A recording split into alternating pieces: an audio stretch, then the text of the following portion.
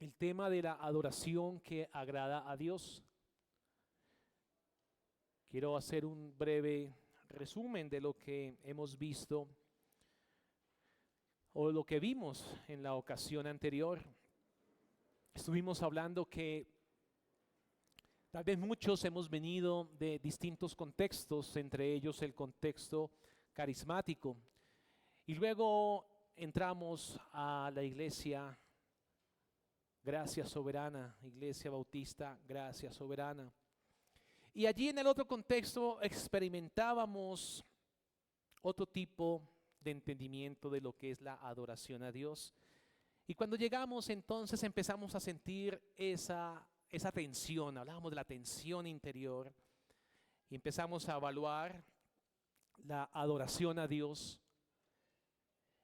Durante mucho tiempo aprendimos ciertas prácticas y empezamos a evaluar la adoración desde el punto de vista de lo que se siente. ¿Qué se siente espiritual? Y nosotros anteriormente mirábamos, bueno, cuando ora, si sus expresiones fueron elocuentes o fueron fuertes o habló de cierta manera, entonces eso lo considerábamos espiritual. O también cuando se predicaba la palabra de Dios o la manera como cantaba, si levantaban los brazos y todo este asunto. Entonces nosotros evaluábamos la autenticidad de la adoración desde la emoción, si era espontáneo, y mirábamos las experiencias visibles, lo que veíamos que hacían allí en el púlpito, y escuchábamos muchas enseñanzas que animaban ese tipo de experiencias.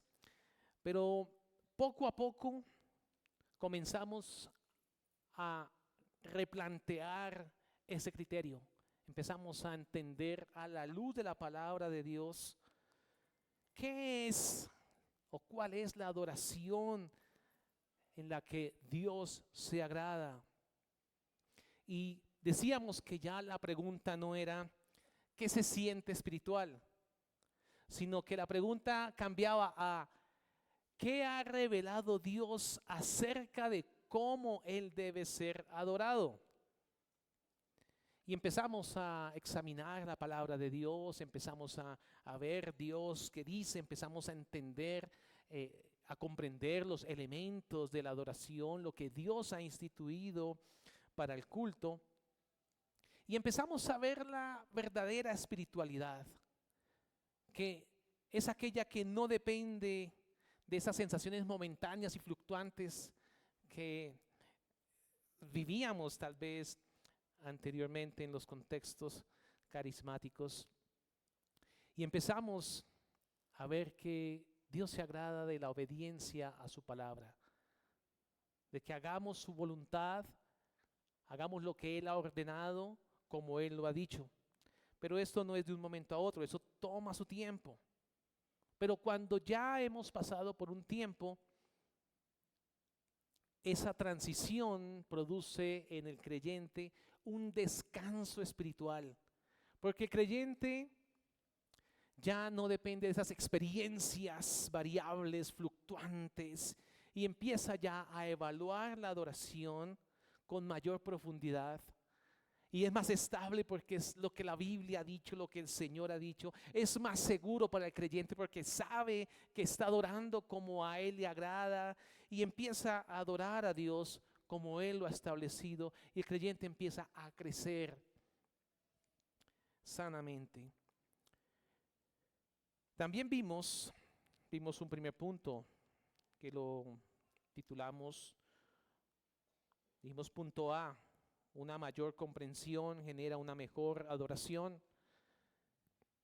Y allí hablamos que vimos el texto bíblico de Deuteronomio 12:32, que les recuerdo, decía, cuidarás de hacer todo lo que yo te mando, no añadirás a ello, ni de ello quitarás.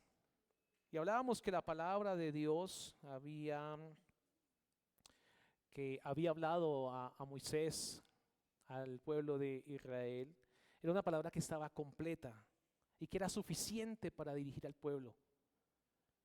De esta manera que la ley de Dios, la palabra de Dios era un regalo para su pueblo. Su palabra era suficiente para que su pueblo lo adorara como Él dice. Vimos el ejemplo de la Santa Cena. No podemos incorporar cosas adicionales a lo que Dios ya ha establecido en su palabra.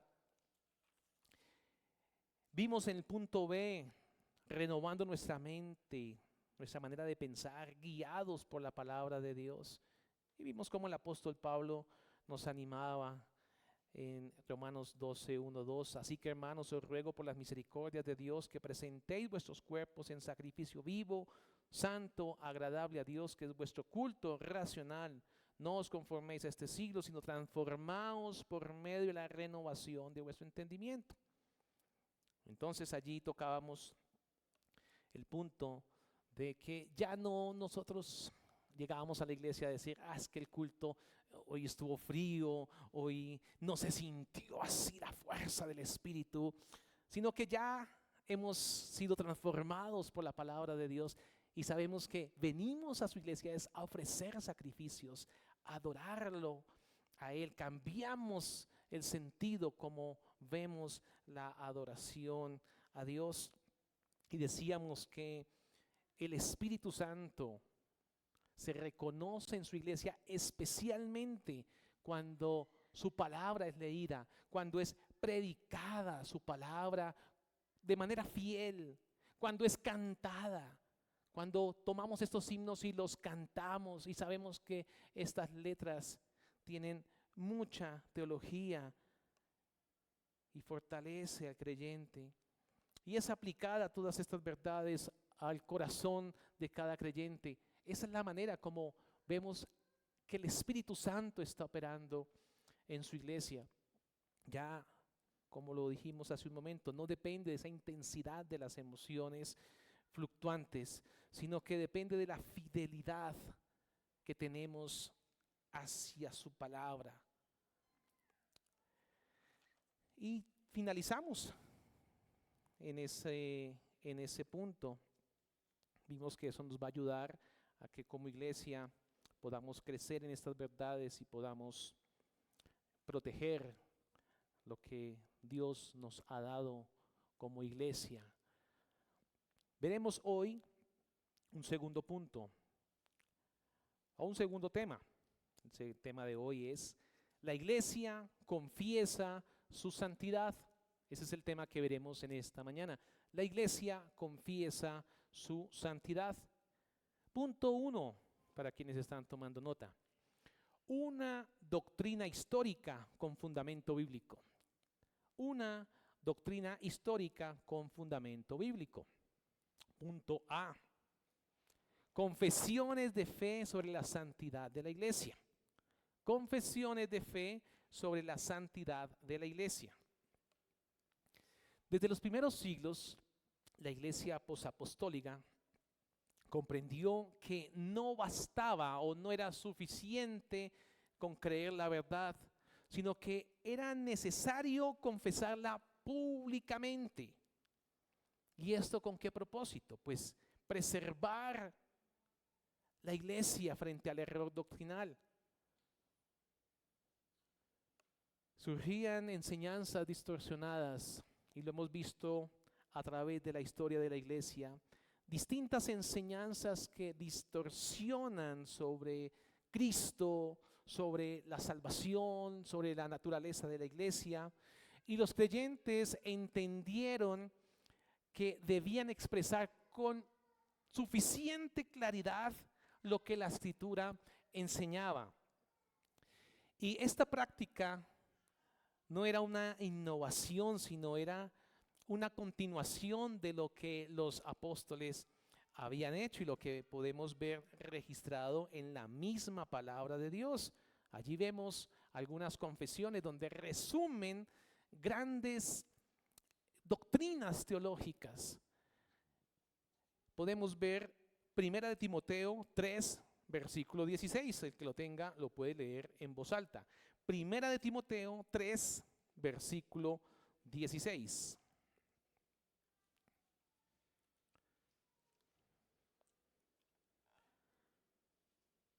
Primera de Timoteo 3, versículo 16. Adelante, hermano.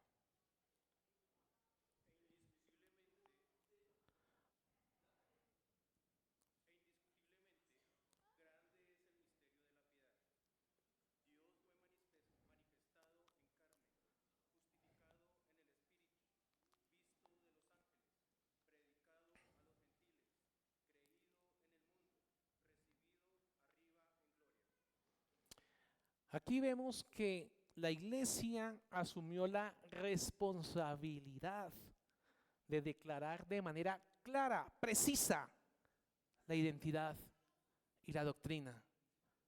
Y está claro, e indiscutiblemente grande es el misterio de la piedad. Dios fue manifestado en carne, justificado en el Espíritu, visto de los ángeles, predicado a los gentiles, creído en el mundo, recibido arriba en gloria.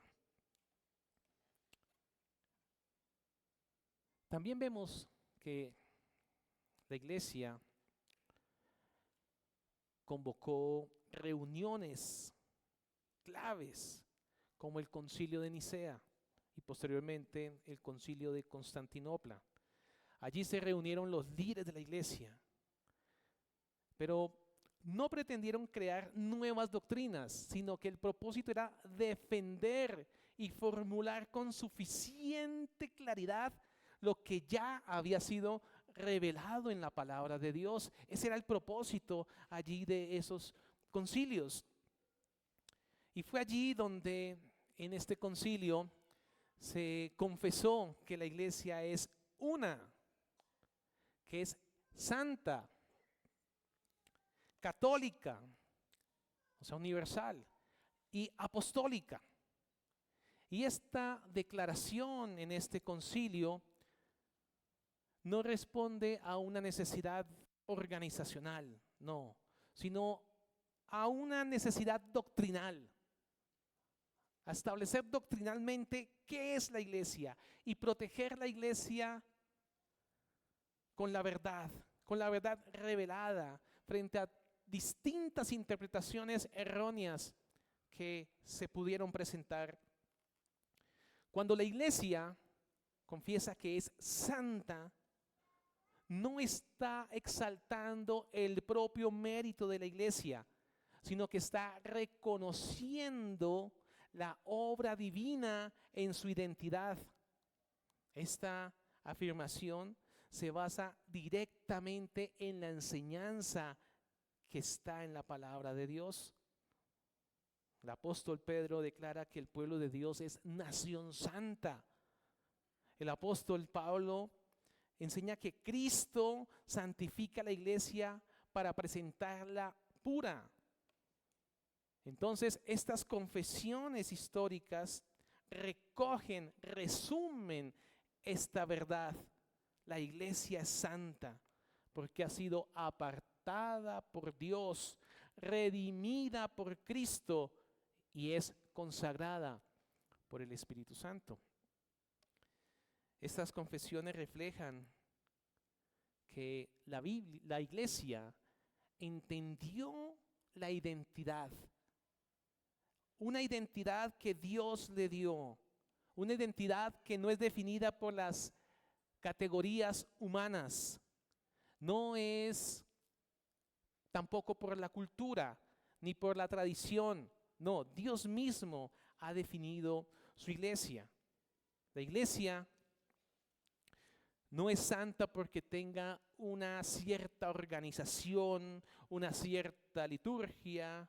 No, su origen, su naturaleza de que sea santa proviene solamente de Dios.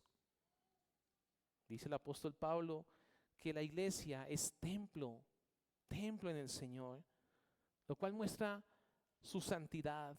Su santidad está ligada, muy unida a su relación con Dios, no con factores externos.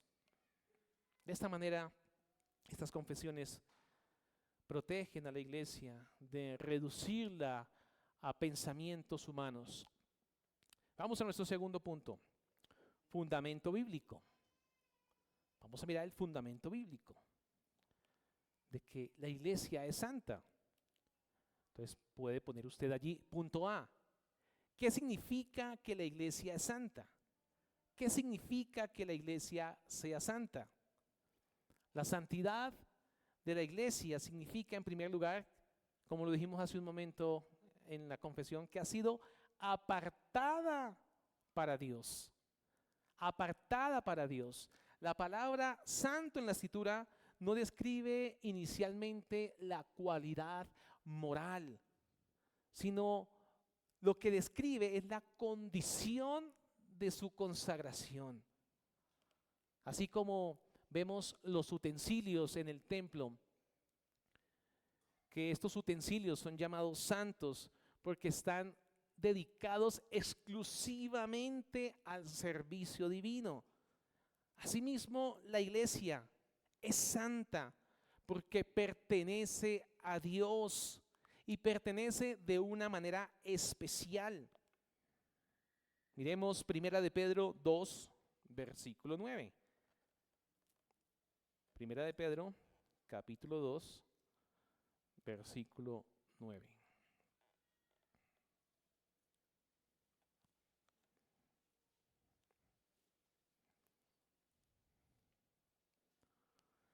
Miramos aquí que la iglesia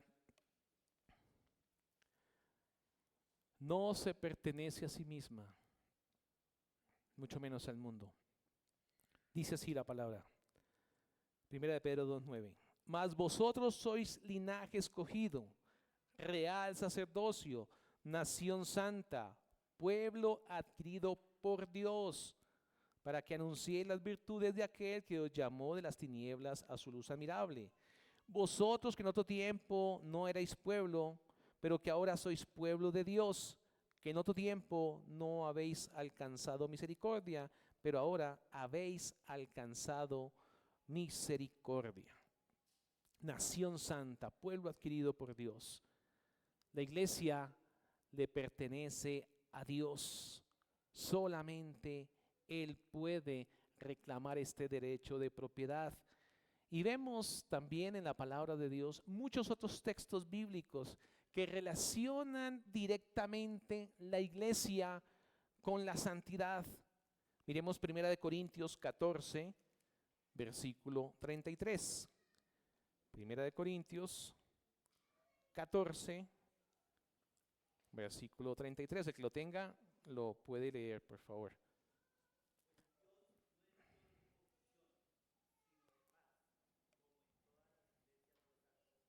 ¿La iglesia es qué, mi hermano?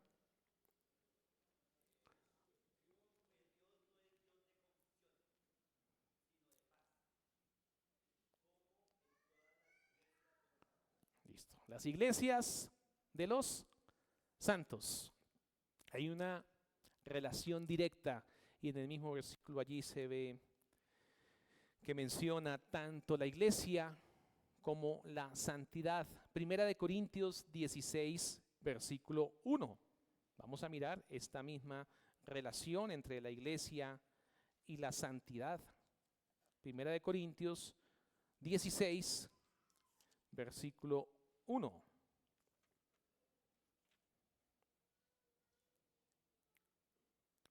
Dice así la palabra de Dios.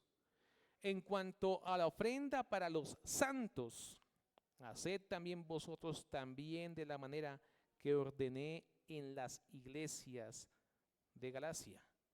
Allí encontramos los dos términos, tanto iglesia como santidad, o la raíz de la santidad, santos. Miremos 2 Corintios 1, versículo 1.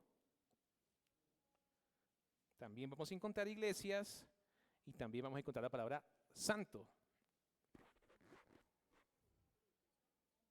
2 Corintios 1, versículo 1, dice así la palabra de Dios.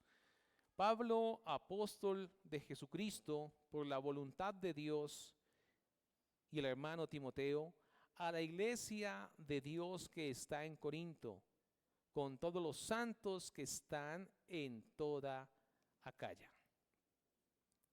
Ahí identificamos nuevamente la palabra iglesia y la palabra santidad. Punto B. La santidad de la iglesia como una realidad establecida por Dios. La santidad de la iglesia como una realidad establecida por Dios. Esta es la parte que llaman los teólogos el fundamento objetivo. La santidad de la iglesia como una realidad establecida por Dios. La palabra de Dios presenta la santidad de la iglesia no como una aspiración futura, sino como una realidad que ya ha sido establecida por Dios mismo. Desde el inicio del Nuevo Testamento, la iglesia es llamada santa, no por lo que ha alcanzado, sino por lo que Dios ha hecho en ella. Nuevamente, miremos el texto, 1 Corintios 1, miremos el versículo 2, 1 Corintios 1, versículo 2.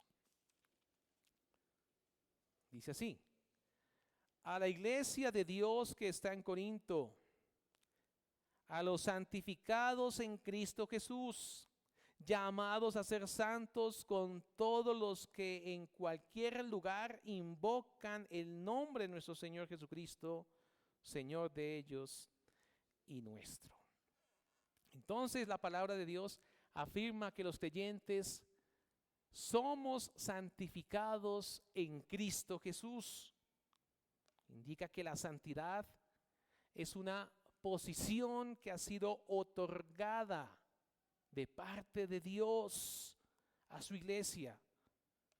No es una meta lograda porque los hombres se han venido esforzando.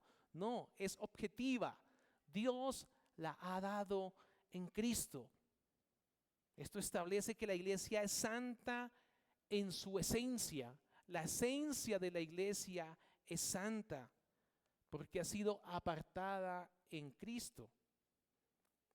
Este fundamento se profundiza al considerar que la santidad de la iglesia tiene su origen en el propósito eterno de Dios. Su propósito eterno fue separar y elegir su pueblo. Y al separarlo, su pueblo es santo, ha sido separado por Dios y para Dios. Miremos Efesios 1, versículo 4. Vamos a ir muy despacio. Efesios 1, versículo 4.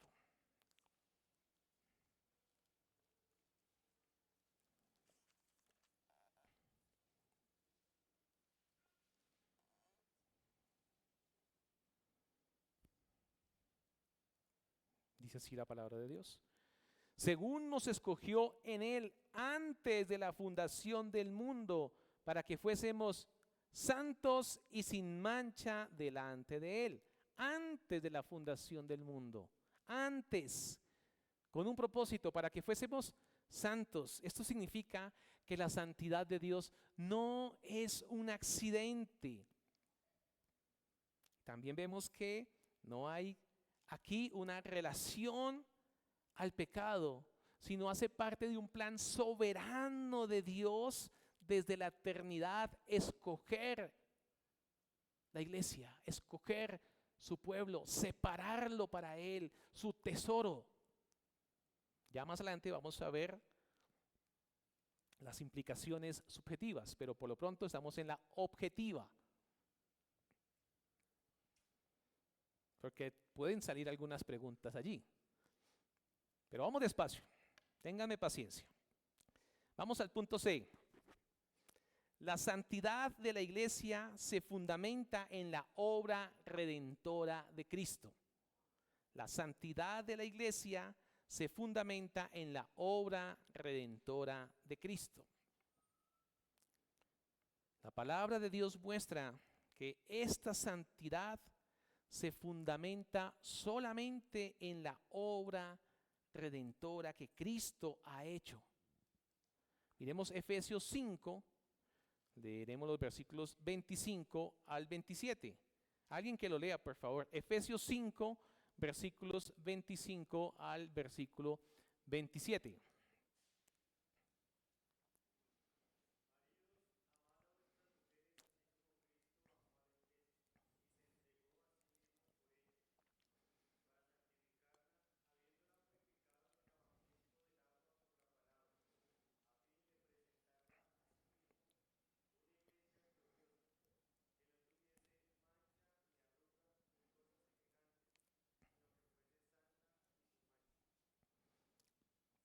Gracias, mi hermano. Aquí estamos viendo que Cristo amó a la iglesia y se entregó por ella para santificarla. Aquí revela la palabra de Dios el costo que tuvo la santificación de la iglesia, y fue la cruz. Cristo no solo salva a la iglesia del castigo del pecado, sino que el texto dice que la purifica y la aparta para sí mismo, es apartada para sí mismo. La santidad entonces no es aquel ideal abstracto que no se puede entender con claridad, sino es una realidad que la iglesia ha sido comprada con la sangre de Cristo. Es una realidad objetiva. Es claro, Cristo murió por su iglesia, separó a su iglesia, amó a su iglesia, dio su vida por la iglesia. Miremos 1 Corintios 6, versículo 11.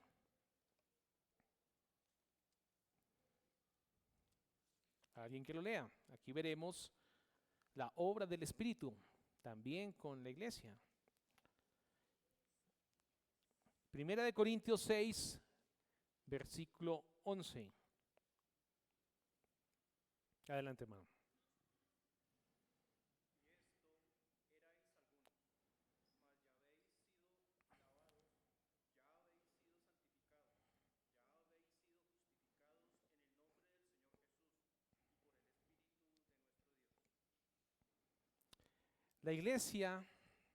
A la iglesia se les ha aplicada la obra del Espíritu Santo.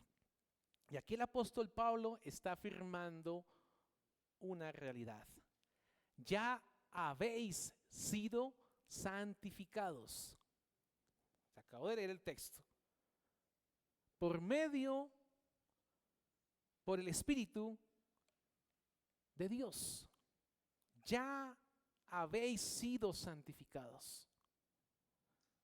La santidad no solo fue decretada por el Padre, no solamente fue asegurada cuando Cristo murió en la cruz, sino que el texto también nos está llevando a que es aplicada a la vida del creyente por la obra del Espíritu Santo.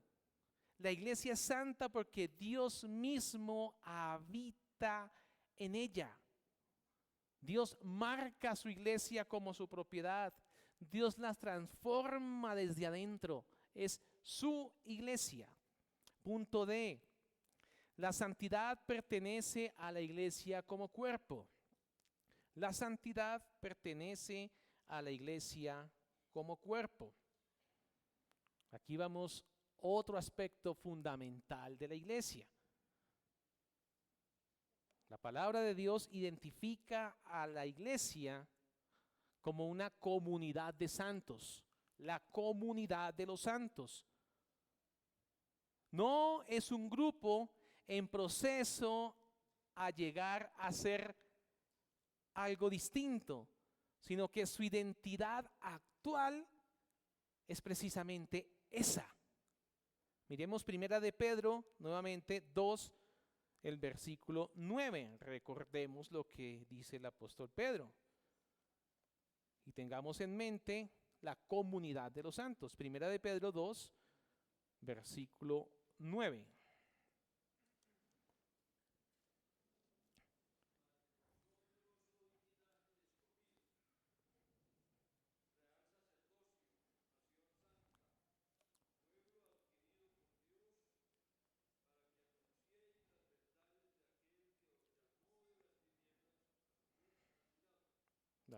Efesios 2:21.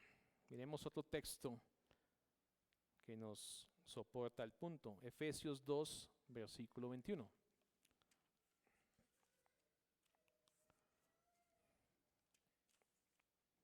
Que lo tenga, lo puede leer en voz alta. Efesios 2, versículo 21.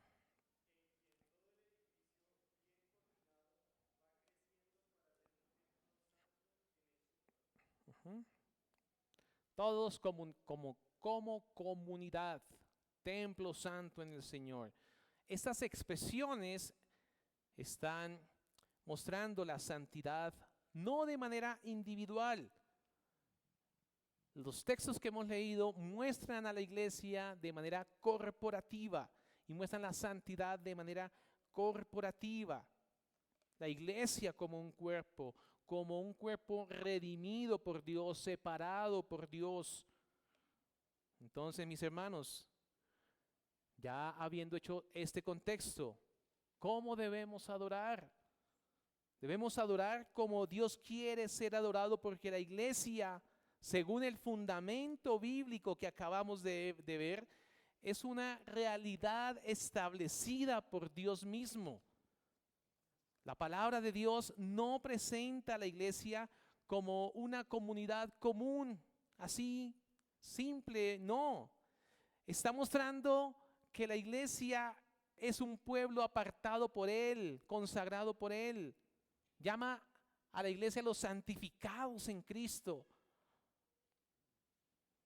Si la iglesia es santa por definición divina, entonces la adoración a Él no puede ser diseñada por preferencias humanas, sino debe corresponder a esa identidad que Dios ha dado a la iglesia. Dios no recibe cualquier tipo de culto, sino aquel que corresponde a su carácter, y su carácter es santo. Creo que ya habíamos visto el texto de Levítico 10:3, pero se lo recuerdo. Dice el texto: en los que a mí se acercan, me santificaré. Levítico 10, versículo 3. En los que a mí se acercan, me santificaré. Y vemos muchos pasajes del Antiguo Testamento de cómo Dios castiga cuando recibe una adoración indebida, no como Él lo ha ordenado. Punto número 3. La santidad de la iglesia implica una relación exclusiva con Dios. La santidad de la iglesia implica una relación exclusiva con Dios. Aquí vamos a ver, ahora sí, las implicaciones subjetivas, lo que llaman los teólogos la parte subjetiva de la santificación. La santidad de la iglesia implica una relación exclusiva con Dios. Aquí veremos la obra interna, la transformación interna, ya lo vamos a ver de manera más profunda. Miremos Efesios 5, solamente el versículo 26. Veremos cómo la santidad de la iglesia implica esa relación exclusiva con Dios. La iglesia no solamente ha sido apartada, sino que ha sido unida a Cristo como la esposa. Presenta esta verdad de manera clara. Efesios 5, versículo 26, el que lo tenga lo puede leer.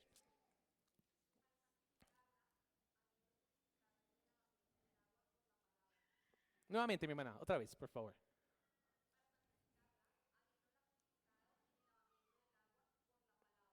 Para santificarla. Cristo santificando la iglesia, unidos a Él.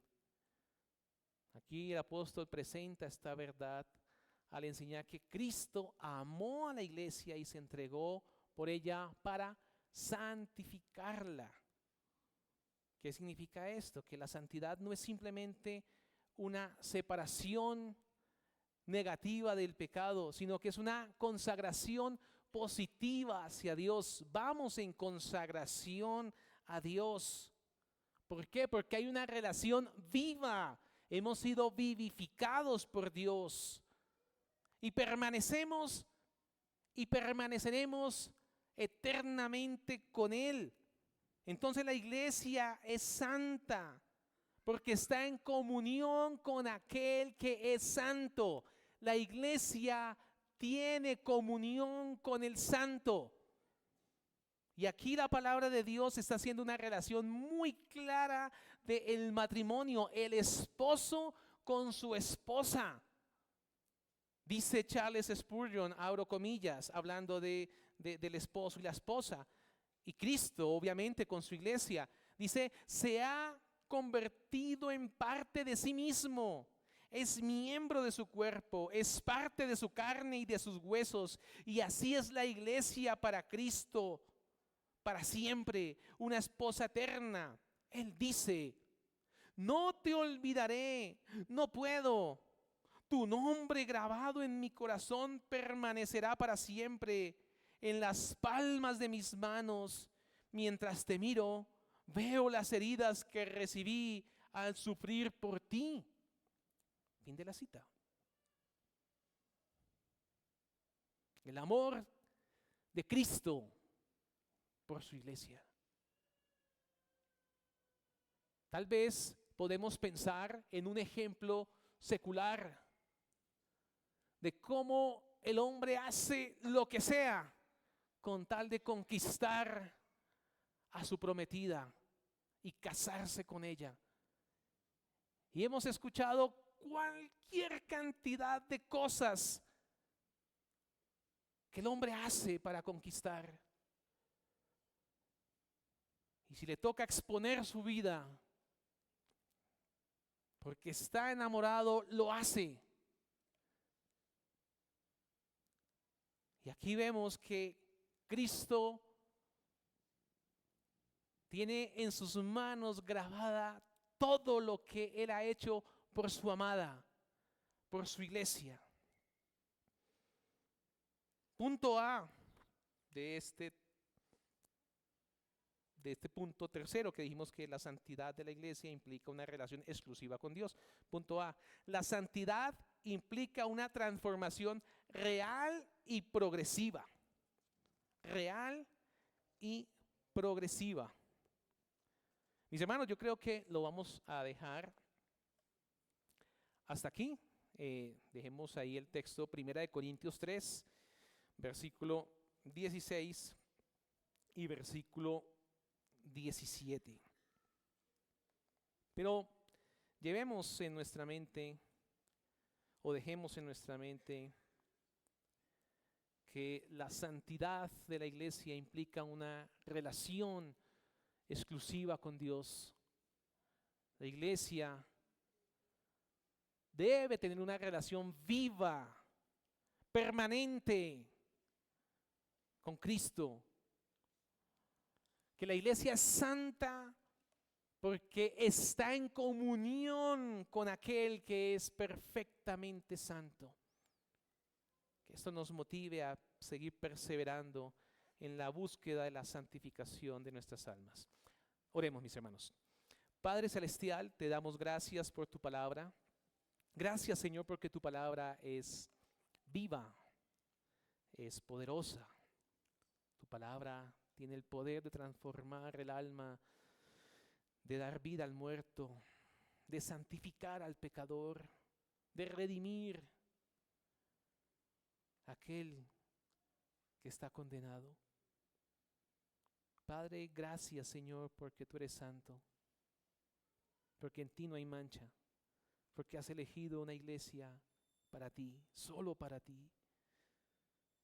Ayúdanos, Señor, para que vivamos en la dignidad en la que hemos sido llamados, con la identidad con la que hemos sido sellados. A ti sea la gloria, Padre, en el nombre de Jesús. Amén.